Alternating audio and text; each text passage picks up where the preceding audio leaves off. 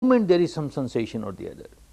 And the deepest level of the mind is constantly in touch with these sensations.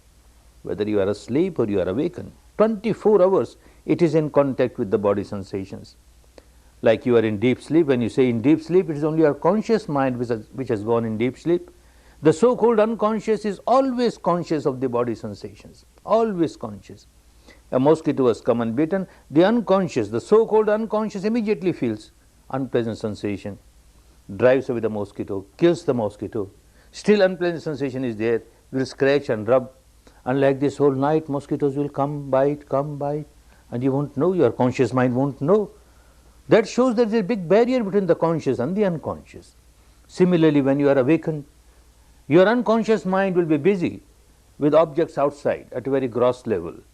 But the unconscious, the so-called unconscious, it is the conscious which remains all the time busy with the outside object. The unconscious is constantly in contact with the body sensation and it keeps on reacting. There is a pressure somewhere, it reacts. There is a pain somewhere, it reacts. There is itching somewhere, it reacts. That reaction is continuous. That has become the habit pattern of your unconscious mind. Unless you change this habit pattern at the deepest level, you are not coming out of your misery, not coming out of your misery. You are just trying to amend the branches, the twigs, the leaves, the flowers, the fruits of the tree, but the root is decaying, is unhealthy. So long as the root is unhealthy, your tree can never become healthy. Your conscious mind can never become healthy so long as the unconscious remains unhealthy. So Buddha found out that we have to work with the deepest unconscious level of the mind. This is what you started doing. If this point remains in your mind all the time, that I have to work with the deepest level of your mind, there are many other techniques, many other kinds of meditations. We are not here to condemn them, but so far as this technique is concerned, straight away it starts working with the depth of the mind. And if you miss that depth of the mind, our purpose is not served. Because the process of multiplication continues, sankhara after sankhara. Every moment you generate a sankhara of craving or aversion, and all the time a sankhara of ignorance, you don't know what is happening. This is misery. Every sankhara is a misery. Multiplication is there. In the outside world also, in the world of vegetation, this process of multiplication is there. So also deep inside, process of multiplication is there.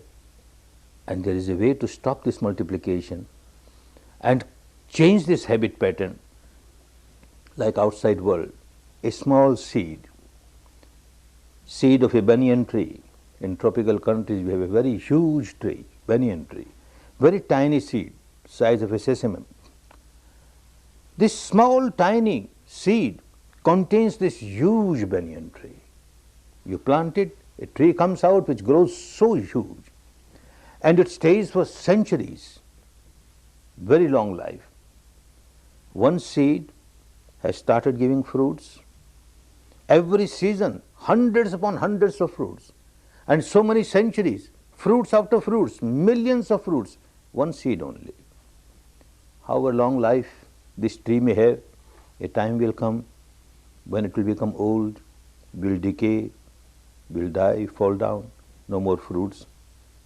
At the apparent level, one may say that one seed has given millions of fruits, but after all, the story ended. The story does not end. The multiplication continues. Understand how it continues. The seed that one planted and this huge banyan tree, fruits it started giving. The law of nature is such.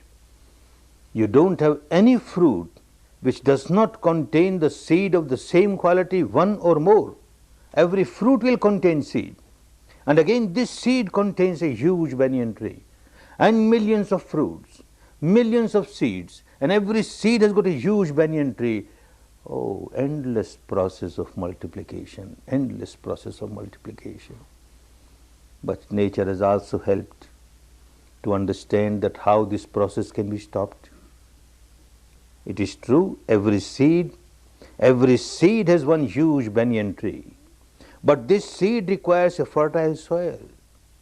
It requires water. It requires fertilizer, manure. You throw it on a rocky land It can't grow. Banyan tree cannot come out of it. But our difficulty is that these seeds of sankharas, millions of them are coming because of our seed that we planted once. So many are coming now. And we keep on giving good fertilizer to every seed that comes. Keep on giving very fertile soil to them. Oh, my sankhara, you keep on growing. Oh, my misery, you keep on growing, you keep on growing, you keep on growing. What ignorance. This is what one keeps on doing. Like one carries a tank full of gasoline, petroleum. One spark comes from outside, comes in contact with it, and a big explosion, huge explosion. Thousands upon thousands of new sparks,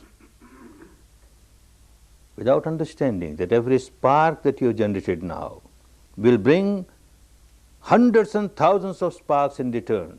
And then again every spark that comes, you will be giving all that gasoline again. Multiply, multiply, multiply. At the intellectual level, one understands this multiplication is so dangerous for me. I should not generate sankharas. Every sankhara is so harmful. Every sankhara is multiplication of my misery.